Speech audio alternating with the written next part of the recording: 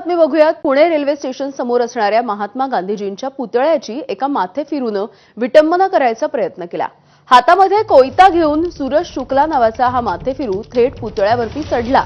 अखेर या माथेफिरूला रेल्वे पोलिसांनी ताब्यात घेतलं।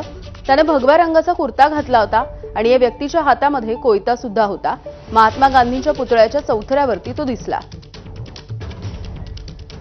मंदार गोंजारी आहेत आमचे प्रतिनिधी आपल्याला माहिती देण्यासाठी। मंदार,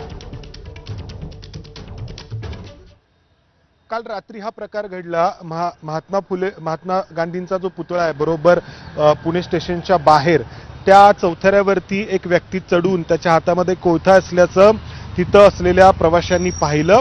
त्यानंतर ही माहिती पोलिसांना देण्यात आली। रेल्वे पोलीस त्या ठिकाणी आले आणि पोलिसांनी या व्यक्तीला ताब्यात घेतलं। मात्र त्याआधी आपण जर पाहिलं व्हिडिओमध्ये तर या व्यक्तीकडून महात्मा गांधी यांच्या पुतळ्याच्या पायावरती कोयते मारण्यात आले, छातीवरती मारण्यात आले आणि या व्यक्तीला महात्मा गांधी यांच्या या पुतळ्याचं डोकं पुतळ्यापासून वेगळं करायचं होतं, डोकं छाटायचं होतं। मात्र त्याआधी रेल्वे पोलिसांनी त्याला ताब्यामध्ये घेतलं आणि त्याची चौकशी सुरू आहे।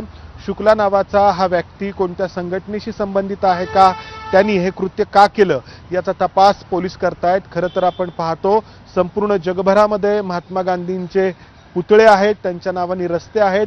जगात असा कोणता देश नाहीये की जिथे महात्मा गांधींचे पुतळे नाहीत। मात्र पुणे रेल्वे स्टेशन समोर ज्या पुण्याशी महात्मा गांधींचा खूप जवळून संबंध आलेला होता त्यांच्या आयुष्यामध्ये, तिथे हा प्रकार घडलेला आहे। यामिनी, अगदी मंदार, धन्यवाद सविस्तर माहितीसाठी।